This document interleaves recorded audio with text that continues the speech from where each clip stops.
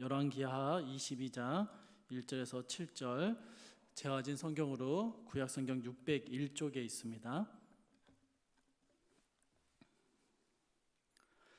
열왕기하 22장 1절부터 7절 말씀 제가 봉독하도록 하겠습니다. 요시아가 왕위에 오를 때 나이가 8세라 예루살렘에서 31년간 다스리니라. 그의 어머니의 이름은 여디다요 보스갓 아다야의 딸이더라. 요시아가 여호와 보시기에 정직히 행하여 그의 조상 다윗의 모든 길로 행하고 좌우로 치우치지 아니하였더라. 요시아 왕 18째 해에 왕이 무술람의 손자 아살리아의 아들 서기관 사반을 여호와의 성전에 보내며 이르되, 너는 대제사장 hil기야에게 올라가서 백성이 여호와의 성전에 드린 은 곧 문 지킨 자가 수납한 은을 계산하여 여호와의 성전을 맡은 감독자의 손에 넘겨 그들이 여호와의 성전에 있는 작업자에게 주어 성전에 부서진 것을 수리하게 하되, 곧 목수와 건축자와 미장이에게 주게 하고 또 제목과 다듬은 돌을 사서 그 성전을 수리하게 하라. 그러나 그들의 손에 맡긴 은을 회개하지 말지니 이는 그들이 진실하게 행함이니라. 아멘. 이번 달에는 어떤 무명의 그리스도인의 이야기를 성도님들과 함께 나눌까 이렇게 생각해 보다가요, 가정의 달인 5월인 만큼 다음 세대를 향한 고민과 결단을 함께 나누면 좋겠다라는 마음이 들었습니다. 그런 생각을 했을 때 가장 먼저 떠오른 인물이 바로 요시야 왕이었습니다. 요시야 왕이 오늘 이야기의 주인공은 아니고요, 요시야가 하나님 보시기에 충성된 왕이 될 수 있도록 뒤에서 도와주었던 사람들이 오늘 이야기의 주인공입니다. 그래서 설교의 제목을 킹메이커라고 붙여보았습니다.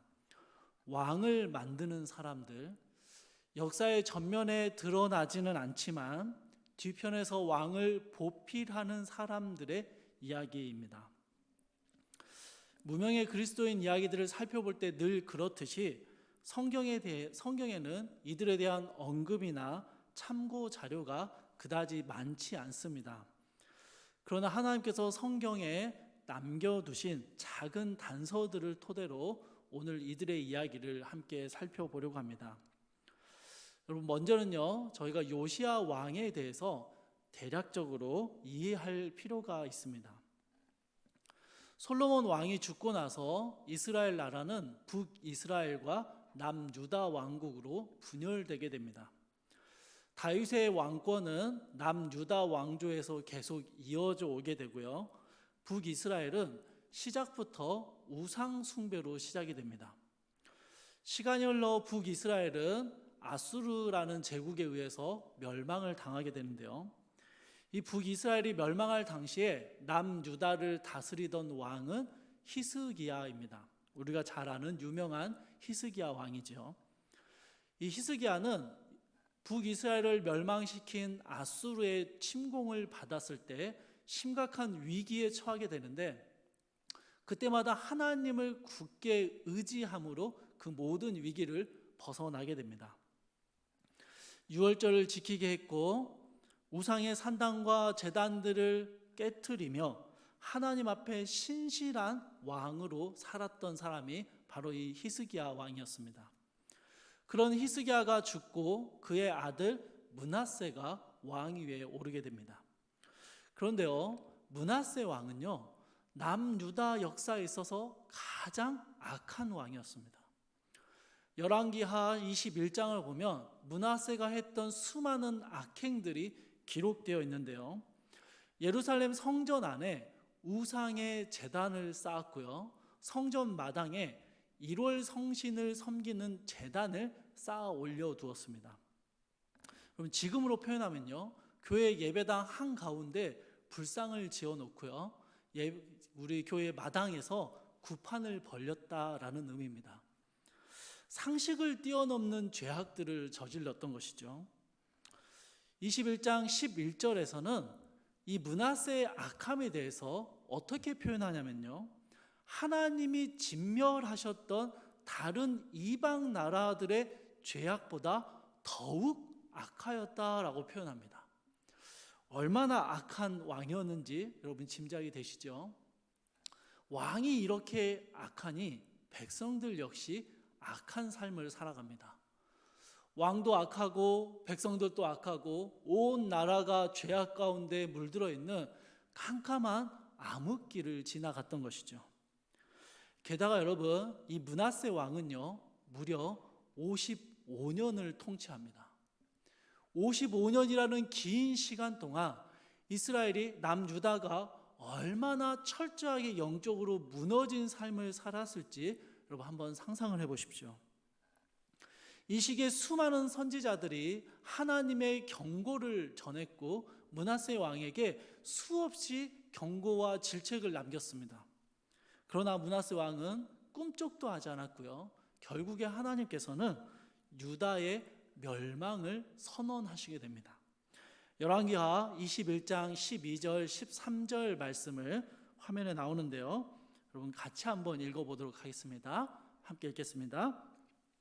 이스라엘의 하나님 여호와가 말하노니 내가 이제 예루살렘과 유다에 재앙을 내리리니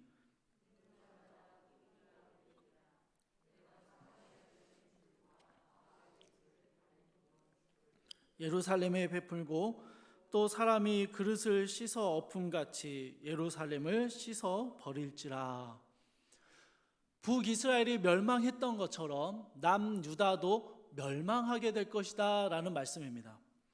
예루살렘이 파괴될 것이며 완전히 갈아엎어 버리겠다라는 하나님의 선언이었습니다. 이런 선언이 있고 난 다음에 므낫세의 통치가 막을 내립니다. 그리고 므낫세의 아들 아몬이 22세의 나이에 왕위에 오르게 되는데요. 열왕기하 21장 20절을 보면 아몬에 대해서 이렇게 설명을 합니다. 아몬이 그의 아버지 므낫세의 행함같이 여호와 보시기에 악을 행하되, 아버지 므낫세와 똑같이 통치했다, 똑같이 악했다라는 의미입니다. 그러나 아몬은 므낫세만큼 강력한 왕권을 가지지는 못했던 것 같습니다. 아몬이 나라를 다스린 지 2년 만에 신하들에 의해서 쿠데타가 일어나게 됩니다. 이 쿠데타 세력들은 왕궁에서 아몬 왕을 살해하게 됩니다. 므낫세부터 이어져 온 왕의 잘못들을 도저히 참을 수 없었던 것인지 아니면 권력을 탐한 암살이었는지는 모르지만, 다만 므낫세 시대가 이스라엘 남유다의 가장 바닥이라 생각했는데 아몬의 시대, 아몬이 암살당하는 이 시대는 더 깊은 나락으로 떨어지고 있었습니다. 이 아몬 왕의 신하들이 쿠데타를 일으킨 직후에 21장 24절에서는요, 그 국민이 아몬 왕을 반역한 사람들을 다 죽였다라는 기록이 남아져 있습니다. 여러분, 이 국민들이 누구냐에 대해서는요 자세한 설명이 나오진 않습니다. 하지만 긴 영적인 암흑기 속에서도 다윗 왕조에 대한 하나님의 언약을 붙들었던 사람들처럼 보입니다. 아무튼 그들은 쿠데타를 진압했고 아몬의 아들이었던 요시야를 왕위에 세우게 됩니다. 오늘 본문 22장 1절에 나오는 것처럼요, 이때 왕이 된 요시야의 나이가 겨우 8살이었습니다. 2절의 말씀을 같이 한번 읽어보겠습니다. 22장 2절입니다. 요시야가 여호와 보시기에 정직히 행하여 그의 조상 다윗의 모든 길로 행하고 좌우로 치우치지 아니하였더라. 요시야는요 57년간의 기나긴 영적인 암흑기를 지나고 아버지 아몬이 암살당하는 일을 겪었습니다. 사실 8살 아이가 감당하기에는 너무 힘든 상황이었죠. 이 어려운 상황 가운데 왕이 되었습니다. 그런데 요시야 왕은 할아버지나 아버지와는 전혀 다른 모습을 보여줍니다. 남유다 역사에 있어서 가장 이상적인 왕으로 평가를 받고요, 하나님이 참 기뻐하셨던 왕이었다라고 기록이 남아 있습니다. 남유다 왕국이 멸망을 향해 걸어가고 있던 그 와중에도 이 요시야만큼은요, 하나님을 끝까지 붙잡으려 했던 그런 왕이었습니다. 오늘 저희가 살펴보고자 하는 것은요, 이 할아버지와 아버지로부터 이어져 오는 이 기나긴 영적 암흑기와 왕궁에서의 피 튀기는 암투를 경험했던 이 8살 요시야 왕이 어떻게 그렇게 하나님 앞에 의롭고 선한 왕이 될 수 있었는가 하는 점입니다. 결론적으로 이야기하면 요시야 주변에 좋은 사람들이 많이 있었습니다. 요시야의 뒤편에서 그를 보살피고 길을 잡아주었던 좋은 사람들이 있었다라는 것이죠. 그들이 오늘 설교의 제목인 킹메이커들입니다. 요시야 왕의 킹메이커들 중에 먼저 살펴볼 사람들은요, 아몬을 암살한 신하들을 진압하고 요시야를 왕위에 올렸던 국민이라고 표현된 사람들입니다. 저희 한글 성경에 국민이라고 표현된 이 단어는요, 이 표현은 더 엄밀하게 번역을 하면요, 그 땅 사람들이라는 의미입니다. 학자들은 이 표현을 가지고 이들이 지방 귀족들을 가리키는 것이다 라고도 설명하고요, 또는 왕궁 인근에 거주하고 있었던 유력한 가문의 사람들을 의미한다라고도 이야기합니다. 정확하진 않고요, 이 사람들이 도대체 누구인지는 명확하지 않습니다. 그러나 분명한 것은요, 이 땅 사람들이라고 표현된 이들은 유다 백성들 전체를 의미한다기보다는 어떤 특정한 집단을 설명하는 것이 맞습니다. 아몬이 암살당하던 시기에 남유다 왕국은 정말로 혼란스러웠습니다. 어린 요시야의 목숨 역시 큰 위협을 받고 있었죠. 그런 상황에서 누군지는 모르지만, 또 그들이 어떤 목적을 가지고 있는지는 모르지만, 그 땅 사람들이 모든 혼란을 종식시키고 요시야를 왕으로 세웠습니다. 자, 여러분, 혼란 중에 어린 나이에 왕이 된 요시야가요, 믿고 의지할 수 있는 사람들, 이 요시야에게 가장 큰 영향력을 발휘할 수 있는 사람들이 누구일까요? 바로 이 국민들입니다. 그런데 여러분, 요시야의 이야기 속에서는 이들에 대한 다른 언급이 전혀 나오지 않습니다.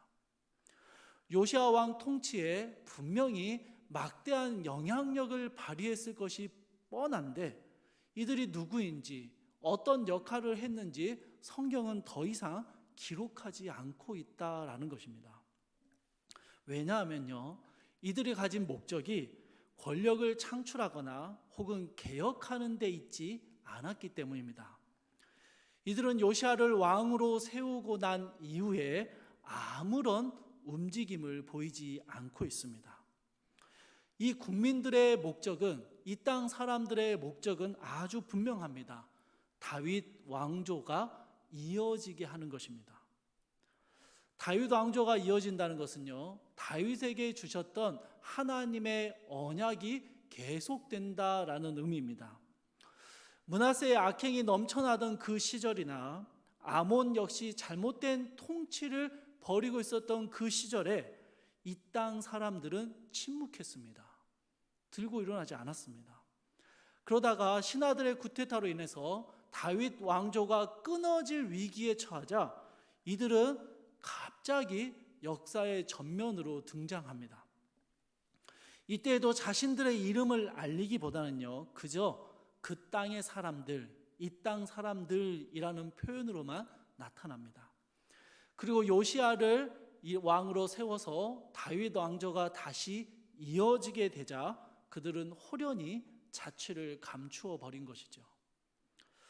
그럼에도 우리는요, 충분히 이들이 요시야 왕에게 많은 영향력을 미쳤을 것이다 라는 것을 예상해 볼 수 있습니다. 이들이 요시아에게 어떤 영향을 미쳤을지를 짐작하게 해주는 구절이 역대하 34장 3절에 나옵니다. 여러분 앞에 있는 그 화면을 봐주시고요. 제가 읽어드릴게요.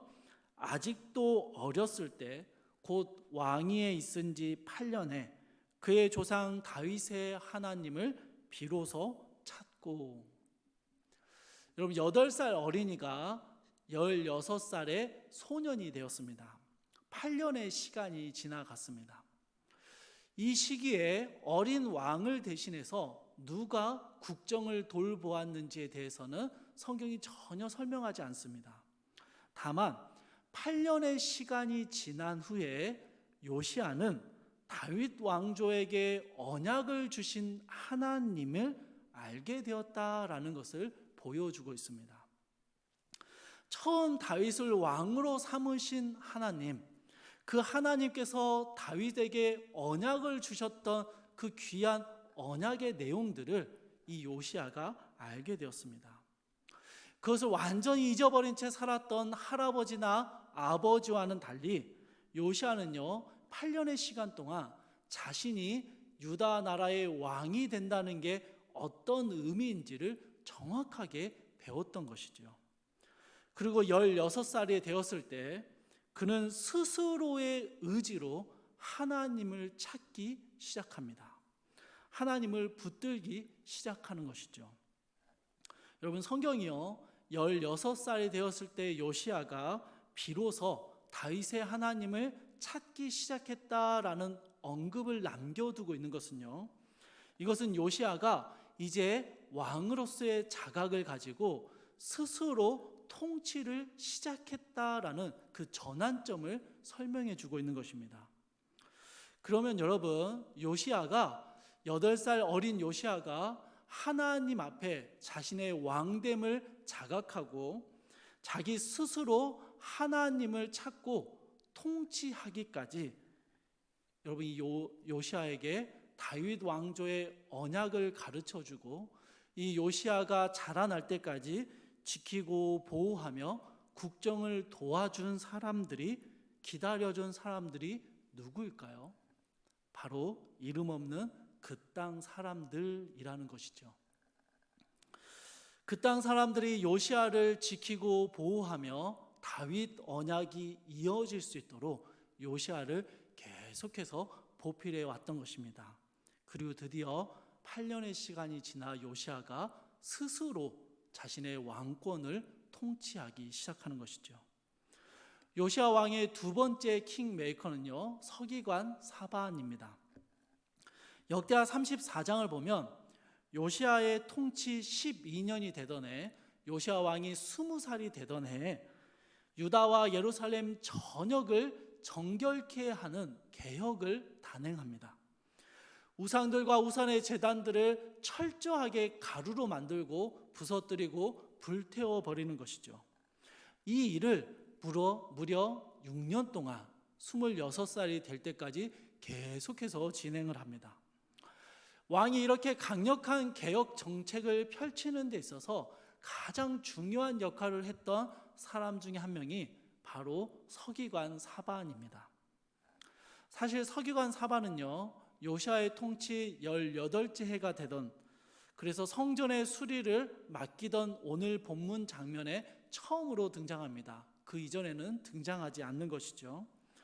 그러나 서기관이라는 이 직분이 가지는 특성을 생각해 볼 때 사반은요 요시야의 개혁 운동에 있어서 가장 곁에서 요시야를 보필했던 사람임이 틀림없습니다. 당시의 서기관들은요 여러 가지의 역할들을 담당을 했었는데요, 일반적으로는 다양한 문서를 번역하고 해석하는 일을 했고요, 또 여러 가지 문서를 작성하는 일도 했습니다. 그러다 보니까 오늘날로 치면 회계사, 역사가, 언론인, 학자 이런 역할들을 이 서기관들이 했습니다. 그런데 특별히 왕 곁에 머무르는 서기관들이 있었는데요, 이들은 왕의 개인 비서나 가정교사의 역할도 담당을 했었습니다. 고대 사회에는 왕에게 직접적으로 조언을 할 수 있는 사람들, 왕의 정책에 실제적으로 참여할 수 있는 사람들이 왕의 최측근에 속했는데요. 이들이 굉장히 중요했습니다. 서기관 사반은 왕의 최측근으로서 왕의 명령을 수행하는 신하였던 것이죠.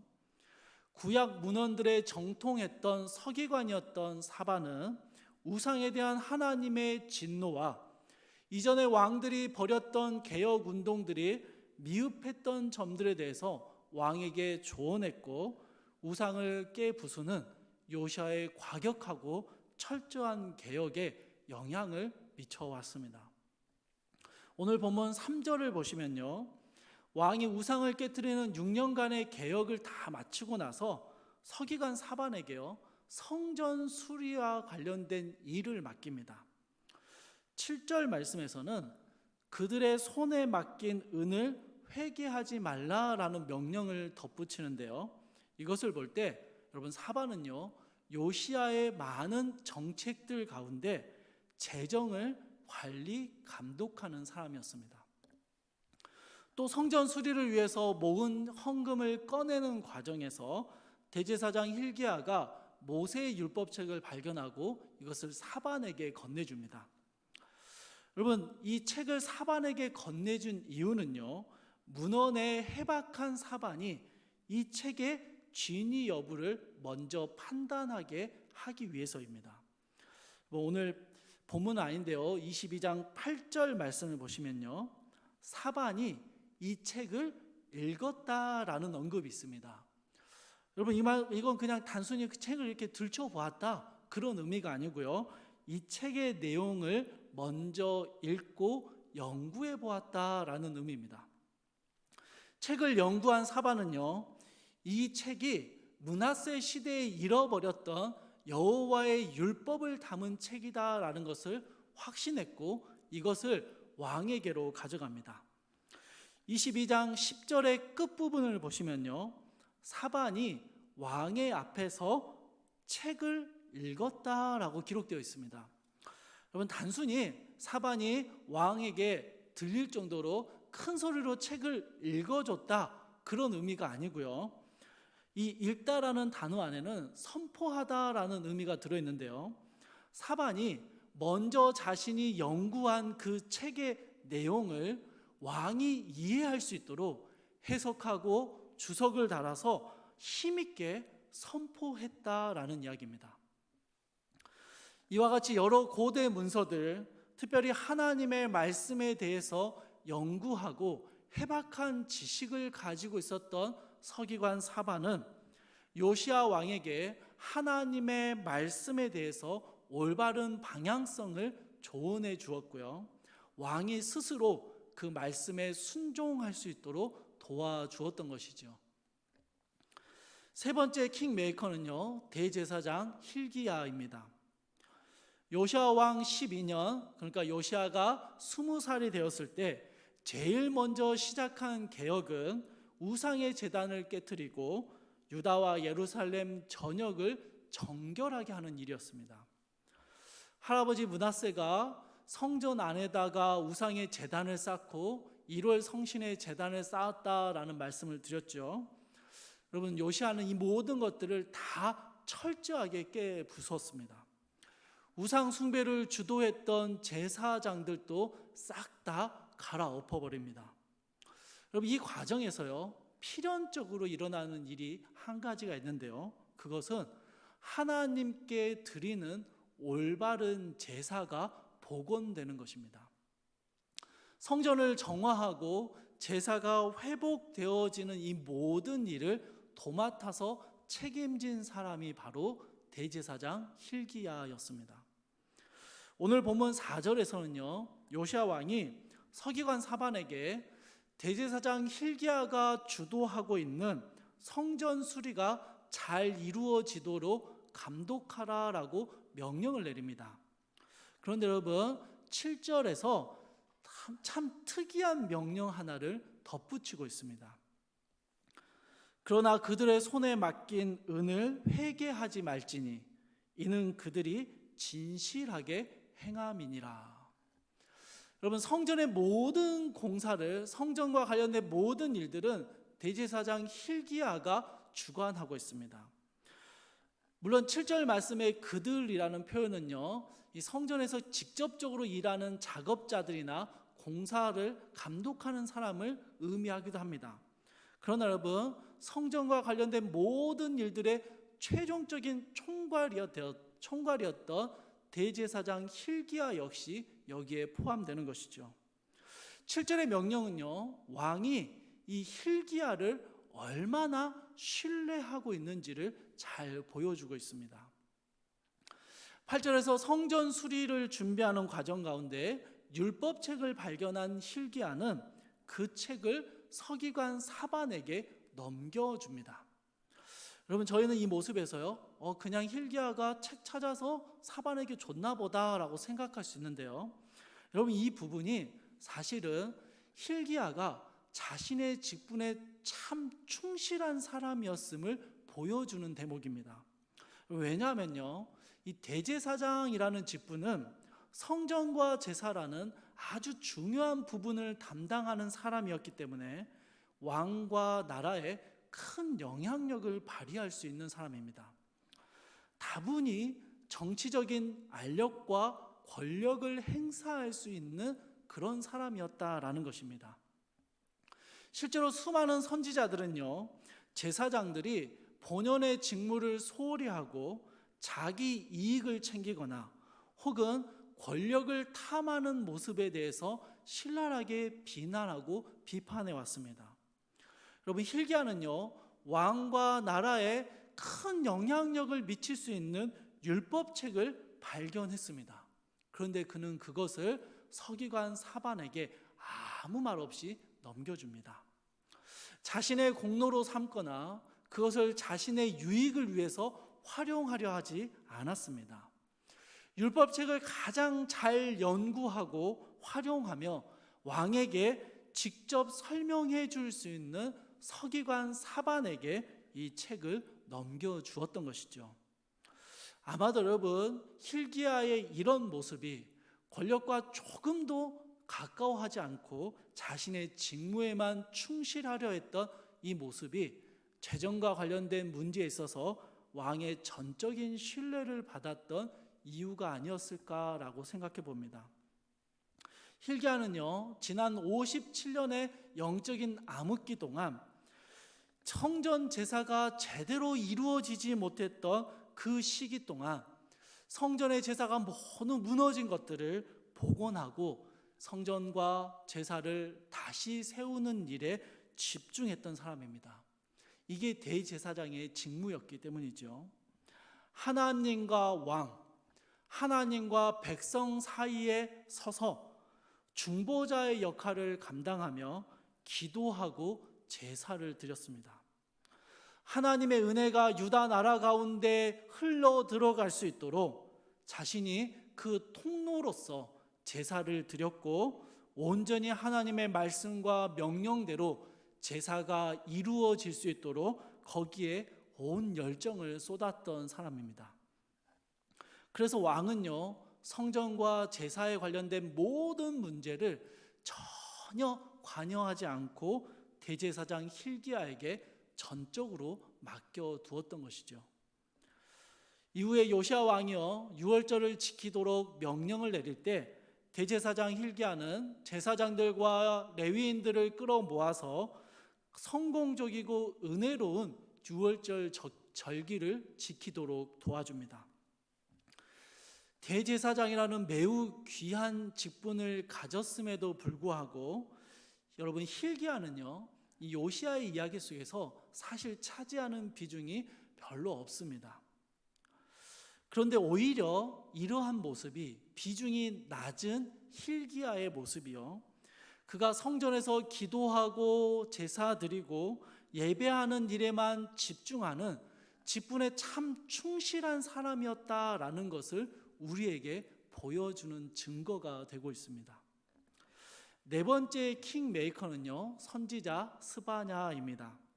스바냐서 1장 1절 말씀을 저희 같이 한번 읽어보도록 하겠습니다.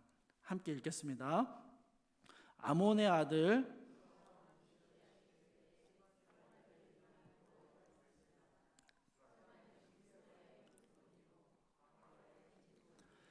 그다랴의 손자요 구시의 아들이었더라.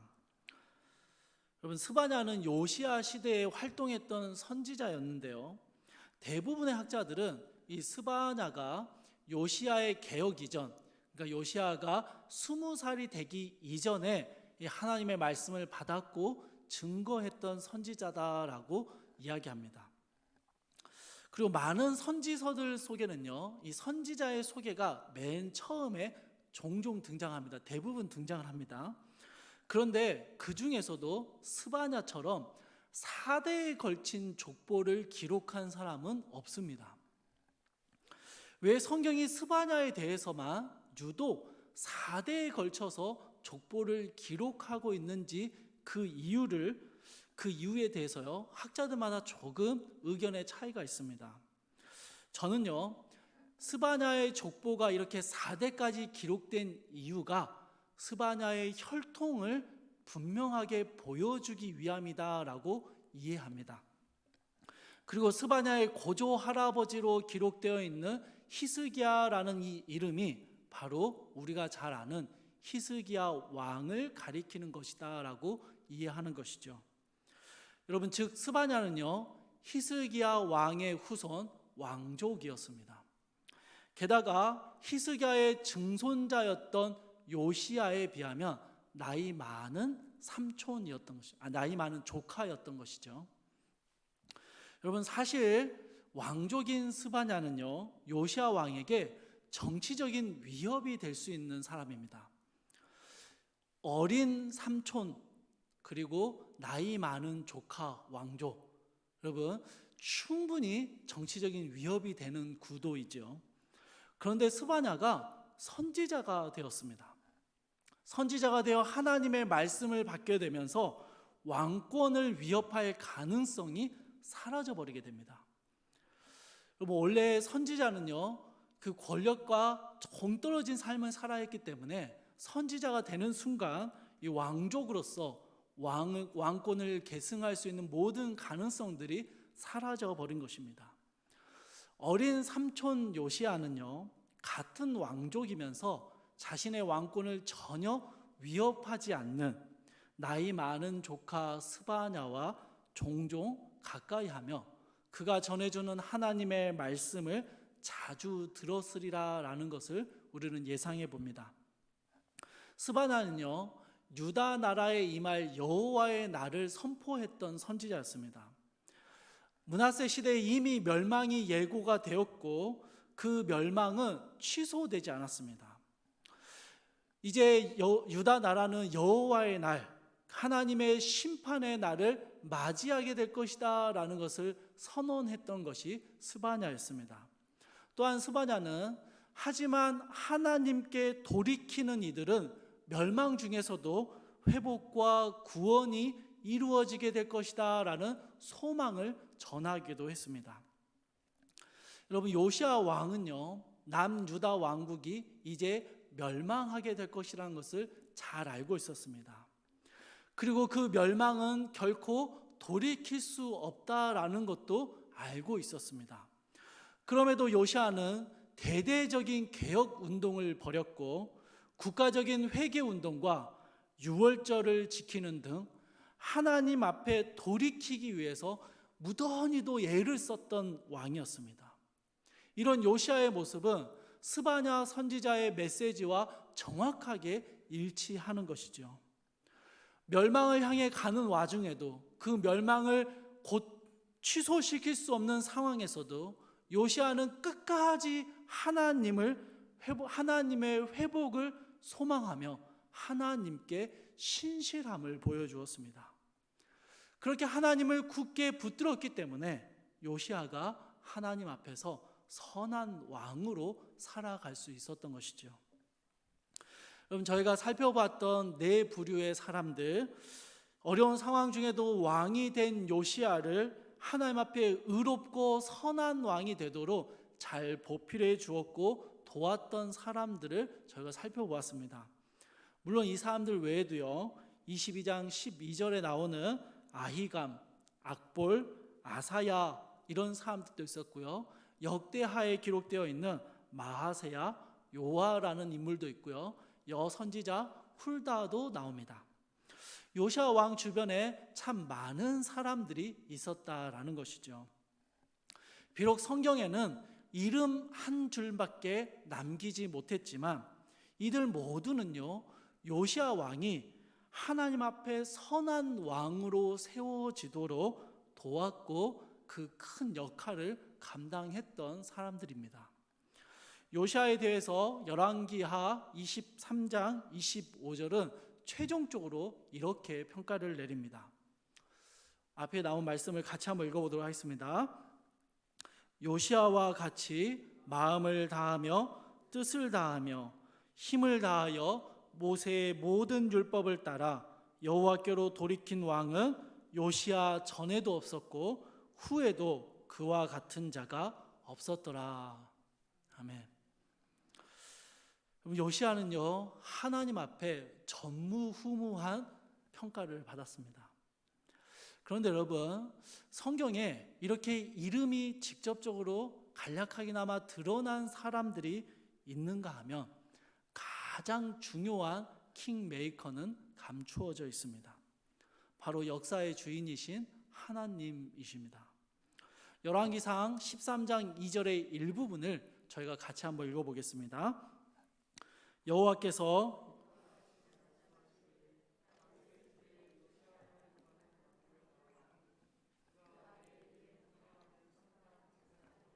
내 위에 제물로 바칠 것이요 또 사람의 뼈를 내 위에서 사르리라 하셨느니라 하고. 여러분, 이 말씀이요, 열왕기상 이 말씀이 솔로몬이 죽고 북이스라엘과 남유다로 나누어지는 그 상황에서 하나님이 주신 예언의 말씀이었습니다. 이미 이때부터 하나님은요, 요시아라는 왕을 통하여서 우상에 물들어버린 남유다 왕국을 다시 깨끗게 하고 하나님께 돌아오는 삶이 무엇인지를 보여주시기로 계획하셨던 것입니다. 이미 이때부터 계획하셨습니다. 역사의 거대한 흐름 속에서 사람들의 판단과 행동에 따라서 역사가 흘러가는 것처럼 보였지만, 여러분, 유다 나라가 가장 어두운 시기에 하나님은요, 하나님이 선택하신 그 위대한 왕을 등장시키셔서 하나님의 계획을 이루어 가시는 것입니다. 가장 어둡던 시기에 가장 선한 왕을 보내주시는 것이죠. 태초의 아담의 범죄 현장에서 하나님은 여자의 후손으로 오실 예수 그리스도를 계획하셨습니다. 죄와 어둠으로 가득한 세상에 그리스도를 빛 대신 주님을 이 땅 가운데 보내주셨고요. 죽음의 형벌을 향해 끌려가는 모든 인생들에게 생명의 소망을 주셨습니다. 하나님의 계획, 하나님의 이루어 가시는 그 모든 일들이 요시아 시대에 그리고 우리의 시대에 일어나고 있다라는 것이죠. 참된 킹메이커이신 하나님께서는 다윗 왕조의 언약을 지켜왔던 그 땅 사람들을 준비해 두셨고요. 서기관 사반과 대제사장 hil기야와 선지자 스바냐와 그 외에 많은 조력자들을 준비시켜 두셨습니다. 이 모든 게 하나님의 계획하심과 역사하심 가운데 있었다라는 것이죠. 그러나 또한 하나님께 쓰임받은 이 사람들은 하나님께 신실함을 보여주었고 하나님의 뜻하심에 순종함으로 하나님의 그 놀라운 계획에 동참하는 영광을 얻었습니다. 주 안에서 사랑하는 성도 여러분, 신앙의 다음 세대들에 대한 어려운 현실과 부정적인 전망만이 가득한 시대를 우리가 살고 있습니다. 종교개혁의 좋은 신앙의 유산들을 가지고 있지만 다음 세대에 전수하지 못함으로 어려움을 겪고 있는 유럽 교회들의 모습이 점점 우리의 현실이 되어 간다라고 걱정하는 사람들이 참 많이 있습니다. 여러분, 이런 시기에요, 우리가 요시아 시대의 그 땅 사람들이 되어서 아직 어린 신앙을 가진 다음 세대들이 스스로의 힘으로 하나님을 찾고 만날 수 있게 될 때까지 묵묵히 기다려주고 보호해주고 하나님의 약속을 전해 주어야 하는 것이죠. 앞선 세대인 우리가 서기관 사반이 되어서 하나님의 말씀을 먼저 읽고 묵상하고 그 말씀을 체험함으로 다음 세대에게 올바른 말씀을 가르쳐 주어야 하는 것입니다. 말씀에 기반한 삶의 올바른 방향성을 알려주어야 하고 그러한 삶의 모습을 보여주어야 하는 것이죠. 대제사장 hilkiah처럼 하나님과 다음 세대 사이에 서서 다음 세대들을 위해서 기도하고 하나님의 은혜가 다음 세대에 흘러갈 수 있도록 그 흘러가는 통로의 역할을 감당해야 합니다. 나의 유익과 나의 영향력과 나의 필요를 살피기보다는 다음 세대의 하나님 나라를 위해서 묵묵히 우리에게 주어진 직분을 감당해내야 하는 것이죠. 하나님의 말씀을 깨닫지 못하거나 말씀에 순종하지 못하는 모습을 보게 될 때에는 하나님의 준엄한 심판을 전하는 선지자도 돼야 합니다. 물론 그러기 위해서는요, 우리가 먼저 그 하나님의 준엄한 심판 앞에 서 있어야 합니다. 그리고 힘들고 어려운 시기를 살아가는 다음 세대들에게 하나님이 주시는 회복의 소망 또한 알려주어야 합니다. 여러분, 이게요, 앞선 세대를 살고 있는 우리에게 주신 킹메이커의 사명임을 우리는 깨달아야 하는 것이죠.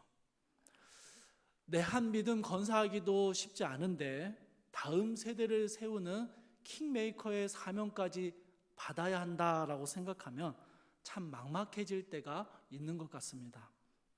그러나 여러분, 태초에 우리를 계획하시고 우리를 구원하시기 위해서 이 땅에 예수 그리스도를 보내주시고 우리를 하나님의 믿음의 사람으로 삼아주신 하나님의 계획과 하나님의 일하심을 신뢰하십시오. 우리의 다음 세대를 택하여 주시고 구원하신 하나님께서 참된 킹메이커이신 그분께서 당신의 다음 세대들을 일으켜 세우실 것을 신뢰할 수 있어야 합니다. 믿음의 세대들이 사라져간다라고 이야기합니다. 이 시대에, 이 어려운 시대에 우리 사랑하는 성문교회 성도님들은 다음 세대를 세워야 하는 킹메이커의 사명을 무겁게 받아들이시며 참된 인도자 되시는 하나님의 일하심을 신뢰하며 다음 세대를 세우는 일에 동참하는 귀한 결단이 있기를 소망합니다. 사랑하는 성도 여러분, 우리도 예전에는요, 다음 세대였습니다. 우리보다 앞선 세대의 선배들이, 믿음의 선배들이 어떠한 희생과 눈물과 수고로 교회를 세워갔는지 우리는 경험을 했었습니다. 그리고 우리는 다음 세대들에게 동일한 경험을 물려주어야 하는 것이죠.